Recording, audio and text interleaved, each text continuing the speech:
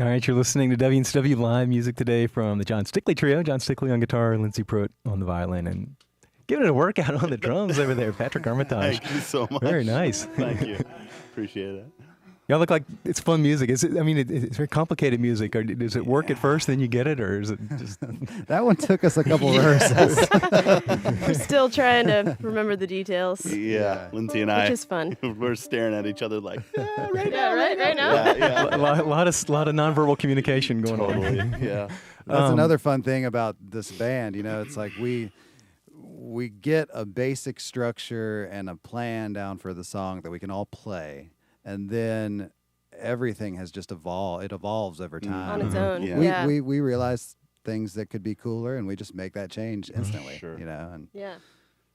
It doesn't come from rehearsal per se as much as just doing it. Yeah. You know? Wait, what does it begin with? Like, is there just a groove or there's a little riff you like? Or? That song was one that we actually messed around with a little bit before recording the new album as a potential new song. Mhm. And we just ran out of time and didn't get it done. But that was just it was really a lick on guitar that was around a chord progression, and then that's all. Yeah. And then we just were like, okay, what can we do with this? Mhm.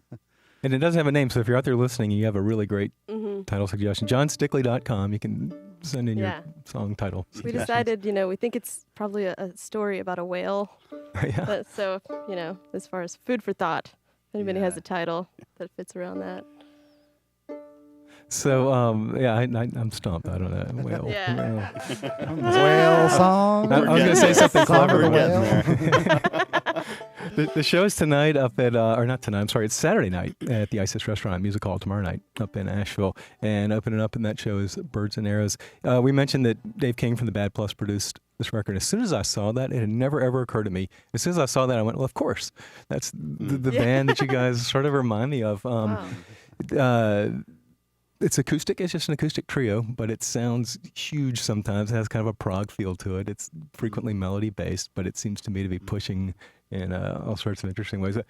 Patrick, you worked with Dave, right? You studied with him. Yeah, I was 19 when I met Dave and was really lucky to study under him every week for 6 years. So from Wow. 19 to 25. And then that was right when the Bad Plus was blowing up. And Yeah. we, the last year of our lessons were pretty much just us talking anyways, and then we both just ventured on to other things. But yeah, we've been good friends ever since then. I remember the first time I heard that band, I was shocked. They're fantastic. Me too. Yeah. They're fantastic. And when I was coming up, he was in this band called Happy Apple, Mhm. another trio. And it was just mind-blowing progressive music. I had never heard music like that in my life up until that point. Yeah. And so he definitely changed the way I think about music, the way I think about myself. He's a great human being. Nice. Yeah. What in the studio? Jump in. What was it like? What did he bring in there? What did he show you in your music? From just right off the bat, he was the most comfortable, hilarious direct. dude. Very direct. Very direct, Yeah, yeah. yeah. He's a special human being, man. I mean, he's just a totally awesome guy. He would like inspire. He was inspiring on. He was inspiring on many levels. Yeah. You know, like he's like in constant touch with his family, talking to his kids this whole time. You know, and still keeping it super fresh. He's like excited. You know, he's not jaded at all. You know, and it. Even though he's opinionated, he's not jaded about he's it. also opinionated. Yeah. There always seem to come across in his music, or what I know of him. I never met him, but there's sort of a reverence, like Yes. take He's down. such The, a Yeah. deep And guy. it man. comes out through humor. yeah. Yeah. You know? Well, there's a lot of tongue in cheek in the Bad Plus's music, but I think there's a lot of playfulness going on here. Right? It's really just insane how that worked out, that Patrick knew Dave, and we started talking about producers for the album. And, my first thought is like, okay, progressive bluegrass people, Right. But anyone we came up with, we're just like, I don't know that they would add anything to like what we're doing. I mean, we didn't want to go like back to, because we're kind of come out of this bluegrass world, and we're not trying to go like back into it per se, more like just figure out our own thing a little more. So Yeah. He was the like, perfect person. Dave's name popped up, and it's like, wow, that. Yeah. I mean, there's no way he's gonna be able to do it, but let's at least email him. And like, yeah, it's what, 3 months later, he's like, I'm in. Yeah. It We got helps to that, like he didn't have that perspective of bluegrass. Exactly. That helped it. So he just saw it just as music, Right. just music, what it is, face value. Yep. You know. And he didn't. He was a very comfortable producer. He was very objective, and he didn't.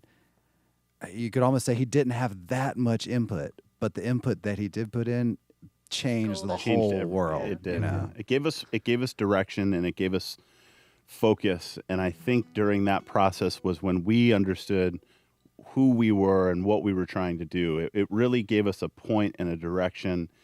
And ever since then, we have been just on fire because we know what we are and we know what we're trying to do, and the feeling is fantastic. Yeah, that's neat. Yeah. It's neat to see y'all's enthusiasm. 'Cause sometimes people are like, yeah, we did the record. Yeah. It's fun to hear you talking about this. Yeah.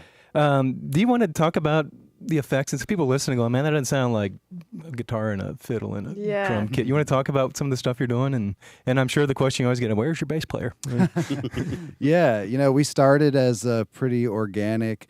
The lineup just kind of happened: drums, guitar, fiddle, and that wasn't necessarily planned. But it started out, we just played through our amps. We didn't have really effects or pedals, but we slowly have added things just when we thought we might need them. Like the first thing that I added was a POG, which is a poly octave generator, which is an octave pedal to basically, I wanted more bass capability. And so we added that, and I'm like, oh, wow, like this is just a total game changer.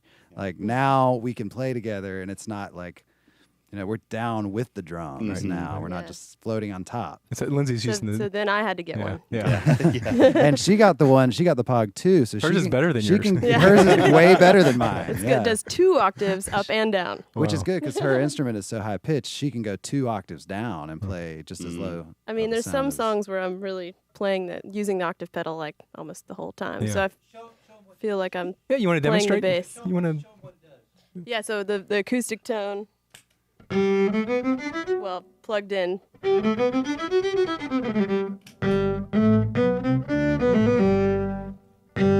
Yeah. Check this out. I can make mine do the high one Plus we only. play through bass amps as well. Here's the guitar with only the high octave on. Wait. Is it? No, It's not on. it's not on.